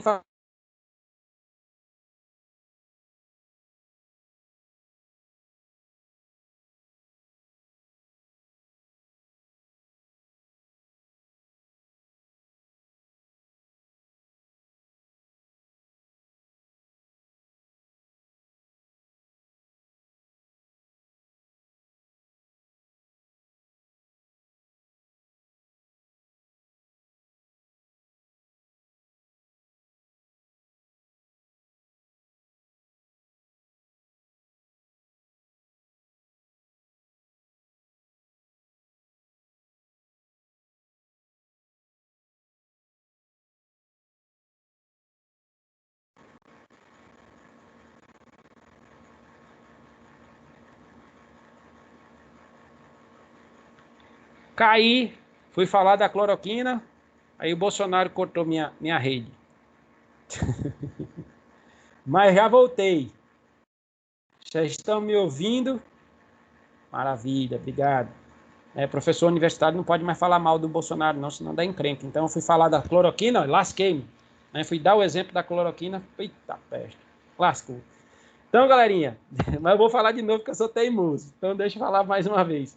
Estava falando que cloroquina e hidroxicloroquina tem mecanismos de transporte. Eu acho que cortou até meu. Tá aparecendo minha projeção aí para vocês, galera? Tá, professor. Ah, maravilha. Então eu estava falando desse mecanismo de transporte da cloroquina e da hidroxicloroquina para dentro da nossa retina. E aí é facilitado esse processo para entrar, mas não é facilitado para sair. Resultado, o que pode acontecer? Ela pode se acumular e para algumas pessoas sensíveis você pode desenvolver cegueira por causa do uso. É por isso que nós, farmacologistas, né, ficávamos arrepiados em ver as pessoas defendendo com unhas e dentes uma substância dizendo assim, se mal não fizer, se bem não fizer, mal também não vai fazer. Faz, galera. Depende da sua característica biológica. Então, vai ter gente que desenvolve arritmia, vai ter gente que fica cego, e isso é muito sério para a farmacologia. O risco tem que valer o benefício. Não é para estar usando assim, não. Depois a gente conversa melhor sobre essa parte de toxicidade. Por hora, eu só quero que vocês entendam que se tiver mecanismo de transporte, vai ser muito mais fácil para distribuir para aquela determinada região. Agora, gente, esse tópico de distribuição tem dois pontos-chave. O primeiro deles é a ligação dos fármacos, a possível ligação de fármacos durante o processo de distribuição a alguns reservatórios, que podem ser teciduais ou alguns reservatórios que podem ser plasmáticos. Estamos falando disso daqui, ó. Olha a figurinha que eu mostrei lá no comecinho da aula. Então, nós já passamos pela parte da absorção. O que significa isso? A molécula já entrou na corrente circulatória. Estando na corrente circulatória, ela vai começar a distribuir. Então, ela vai circular pela nossa circulação e vai começar a distribuir. Por exemplo, ela vai para os seus locais de ação. A gente vai estudar isso para ela fazer o seu efeito. Eu estou com dor de cabeça. Onde que é que eu quero que eu... Como é que o Dorflex sabe que é para ele tratar a minha dor de cabeça, né? Porque ele vai encontrar os seus receptores. A gente vai ter uma aula para falar melhor sobre isso. Então, ele vai para o seu local de ação. Não quer dizer que ele também não vá para outros locais. E os outros locais podem funcionar, inclusive, como reservatório. O que significa isso, galera? Significa que o fármaco pode ficar armazenado em alguns reservatórios, normalmente por algum tempo. Porque percebam que ele pode chegar lá livre, se ligar ao reservatório, mas pela figura dá para a gente ver que ele pode sair do reservatório, ou seja, se desligar, voltar a ser livre e voltar por sangue. Isso é o que mais acontece, o processo ser reversível. Então, por exemplo, eu falei para vocês que é comum na farmacologia usar fármacos lipossolúveis. Não falei? É comum a gente ter fármaco lipossolúvel, absorve bem, tá? E distribui muito bem. Porque o lipossolúvel atravessa muito bem as barreiras, as membranas biológicas. Agora, fármaco lipossolúvel gosta de gordura, galera. Se a pessoa tem tecido adiposo, será que aquele fármaco não vai poder se acumular no tecido adiposo? Claro que vai. Agora, vai ficar para sempre no tecido adiposo? Não. Tende a se ligar e também depois a se desligar. Percebem? Então, é uma questão de ligação reversível. Mas vou usar o exemplo da cloroquina, hidroxicloroquina de novo. Tomara que eu não caia da internet. Hidroxicloroquina e cloroquina, quando chega na retina, além de entrar fácil, porque tem mecanismo de transporte, eles se acumulam com ligação normalmente irreversível. Então, eles ficam presos na retina por afinidade. E lá dentro eles podem, a depender da característica do paciente, a depender da dosagem, eles podem ficar armazenados e fazer mal para a retina, até com quadros de cegueira. Percebem a complexidade? Outro exemplo, esse para odontologia. Nós temos um fármaco chamado tetraciclina, na verdade é um grupo, né? Tem um grupo de tetraciclinase, mas tem um chamado tetraciclina, que é muito famoso, que quando a pessoa absorve, que ele começa a se distribuir, óbvio que ele vai para o seu local de ação, mas ele gosta muito de tecidos mineralizados. Se a pessoa estiver fazendo osso, fazendo dente, ou seja, processo de osteogênese e principalmente, no nosso caso, o processo de odontogênese, tetraciclina gosta tanto, mas tanto de cálcio, que ele fica ligado para sempre nesse reservatório, né, no nosso caso aqui nos dentes, e vai causar malefício. Pode causar manchamentos severos, pode causar um quadro de hipoplasia do esmalte, que vocês vão depois aprender com a tia Fernanda. Então, vejam como é severa essa ligação. A ligação pode ser normal, reversível, por alguma afinidade química, vai lá, se liga, passa um tempo e solta, como tudo, né? Uma hora acaba, mas tem caso que essa ligação ao reservatório será irreversível. E aí, se for irreversível, a gente pode esperar que existam danos. Combinado? Esses são os reservatórios teciduais. Agora, galerinha, pode haver ligação do fármaco também a algumas proteínas plasmáticas. Ou seja, o fármaco pode ficar ligado dentro do plasma. E o fármaco ligado dentro do plasma, ele também estará reservado. Ou seja, a gente vai guardar esse cara, vai usar como uma reserva. Então, acompanhe aqui comigo essa figurinha de cá. Ó. Estamos falando de reservatórios, tá? Já falei dos teciduais, deixa eu mostrar agora o reservatório plasmático, que é super importante. Olha que interessante. Aqui eu tenho duas possibilidades de proteína, a albumina e uma série de globulinas, e as bolinhas azuis representam os fármacos. Então, o fármaco pode estar livre, aqui, e o fármaco pode estar ligado à proteína. Quem é que normalmente se liga mais à proteína? Fármacos lipossolúveis. Por que ele se liga mais à proteína? Porque o plasma é rico em água. E aí, como ele gosta mais, né, ele não tem muita afinidade por água, ele gosta mais de gordura, ele tende a se ligar para pegar carona aqui com as proteínas. Esse que está pegando carona, esse que está reservado aqui com a proteína, esse daqui está armazenado. A gente vai usar no futuro. Quem é que efetivamente chega ao local de ação? Quem é que efetivamente pode transitar, né? Pode efetivamente se distribuir aos tecidos? É a fração livre. Ó. Então, a fração livre, acompanha aí, ó, eles podem transitar para dentro e para fora do vaso. Então, quem faz a mágica acontecer do efeito farmacológico vai ser a fração livre. Ah, Marcílio, e esses que ficaram aqui reservados? Estão reservados, galera. Está guardado. Quando esse livre aqui, ó, quando esses livres forem embora, forem excretados, é óbvio que a gente vai tirar o que estava guardado e vai deixá-los livres. Mas vejam, fármaco que tem armazenamento, fármaco que faz reserva, se acumula. É como a gente pensar na nossa caixa d'água. Né? Normalmente, por que a gente tem uma caixa d'água nas nossas casas? Qual é o objetivo de ter a caixa d'água? É ter uma água reservada. Você usa normalmente a água que vem da rua, a água que está chegando o tempo todo. Mas quando faltar água da rua, a gente usa a água da caixa d'água. Mesma coisa, para quem tem a sorte de ter um gerador de eletricidade, você usa a energia elétrica que está vindo constante pelo poste, pelo fio da rede. Quando falta a energia do seu poste, é que você liga o seu gerador de energia. Então, o gerador de energia é como se tivesse energia reservada. É como se fosse a proteína plasmática.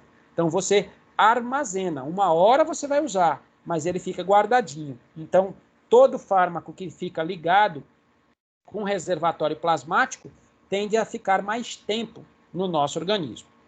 Agora, qualquer um pode se ligar? Não. Depende da afinidade do fármaco com a proteína.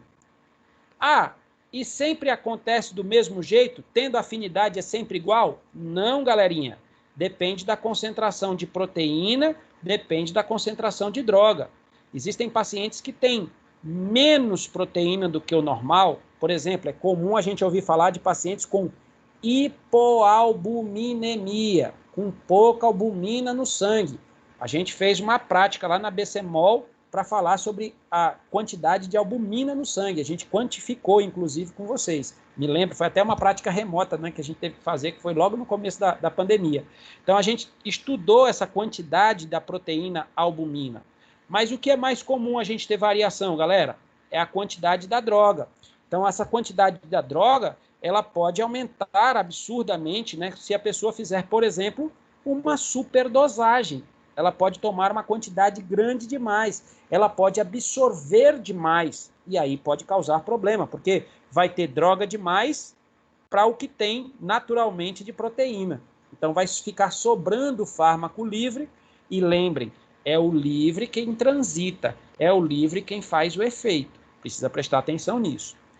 Esse processo, portanto, é um processo saturável, ou seja, existe uma quantidade, uma capacidade dessa albumina transportar esses medicamentos. E aqui tem um ponto que eu acho da maior relevância. Pode haver competição. Fármacos diferentes podem competir pela mesma proteína.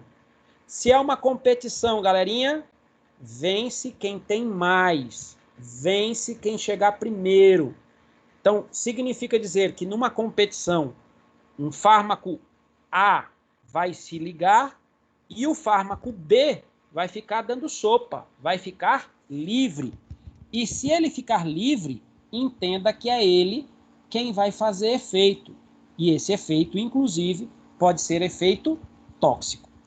Essa parte de interação medicamentosa, dessas competições, a gente vai detalhar lá na parte de interação. Mas já agora é importante que vocês saibam que pode haver competição de 2, 3, 4 fármacos diferentes pela mesma proteína plasmática. Isso pode dar toxicidade para o paciente. Belezinha?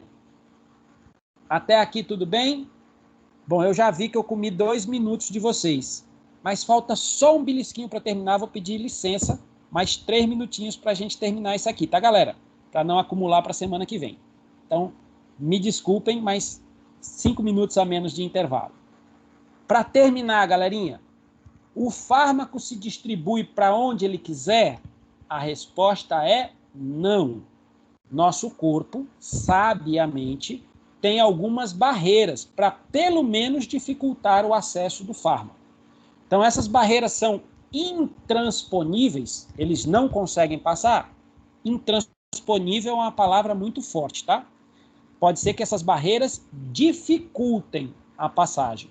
Lógico que tem sempre aquele mais sabido que vai acabar passando, né, mesmo tendo as barreiras. Então, a gente tem 3 barreiras de importância. A barreira hematoencefálica, essa barreira, ela tende a controlar o acesso do medicamento ao nosso sistema nervoso central, e essa barreira é uma barreira bastante seletiva, tá? Só que, como todas as barreiras, essa barreira é formada por células.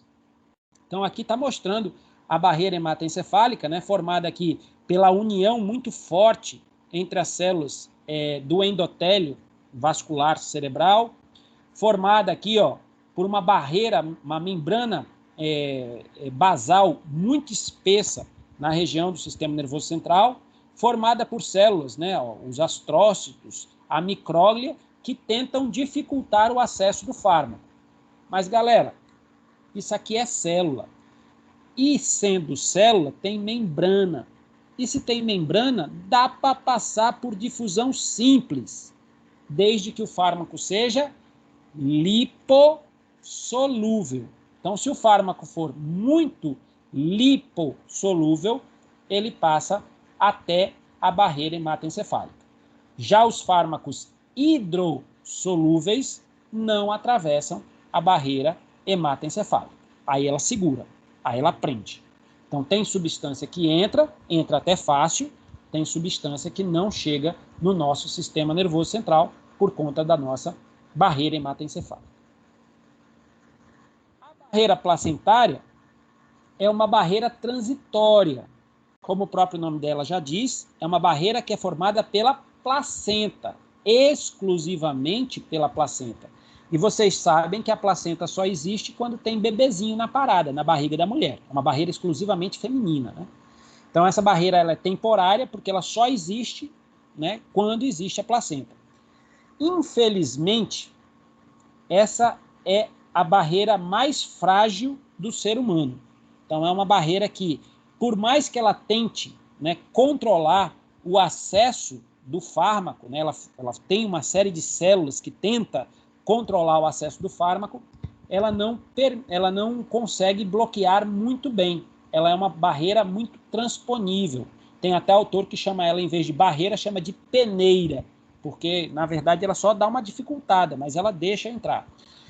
Tem animais que não, viu? Por exemplo, na vaca, por exemplo, a barreira a barreira placentária é tão resistente que não passa nem anticorpos para o bezerrinho. Já aqui no ser humano, não, né? No ser humano é uma barreira mais transponível.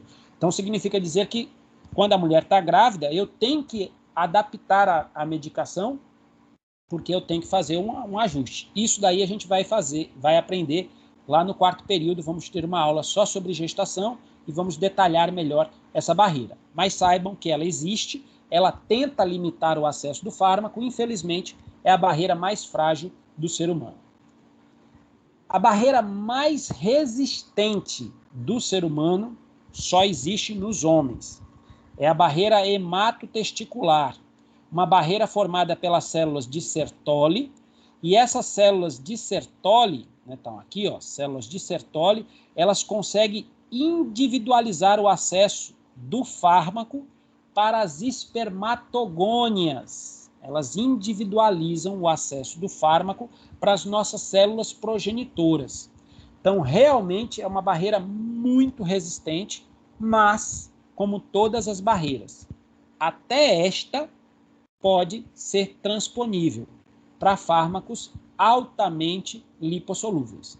Então, o fármaco lipossolúvel, galera, ele atravessa até as barreiras mais difíceis. Ah, tudo que atravessa vai fazer mal? Pode ser que não, mas pode ser que sim, certo? Então, é quando a gente tem esse pode ser que sim, que faça mal, que a gente precisa, muitas vezes, adaptar a terapia. Não sei se vocês conhecem, né, se alguém usa, né, se alguém aqui conhece algum careca, que não seja eu, porque eu não uso. Tem pessoas que têm problema de calvície que tomam uma substância chamada finasterida. A finasterida, ela pode ser lesiva para os espermatozoides. Então, o homem que toma finasterida precisa estar fazendo espermograma constantemente para ver como é que está a viabilidade dos seus espermatozoides. Porque a finasterida é lipossolúvel e mesmo existindo a barreira hematotesticular, acontecerá a passagem para aquela região. Certinho? Bom, comi 8 minutinhos de vocês, peço desculpas, desculpem aí com o professor de psicologia, falem para ele, né? Foi a primeira vez, eu acho, esse semestre, mas ele me perdoa, se Deus quiser. Bom, se tiverem qualquer dúvida, né, estou pelo WhatsApp. Hoje começou, tá, galera? Então não esqueçam disso. Farmacologia começou a ficar mais robusta. Vocês já vão ter aí várias e várias paginazinhas para estudar no livro. Então, não acumula não. Valeu, muito obrigado pela aula. Bom final de semana. Se cuidem que o bicho está solto. E até a próxima. Tchau, tchau. Tchau, professor. Valeu. Tchau, tchau. Bom final de semana para vocês.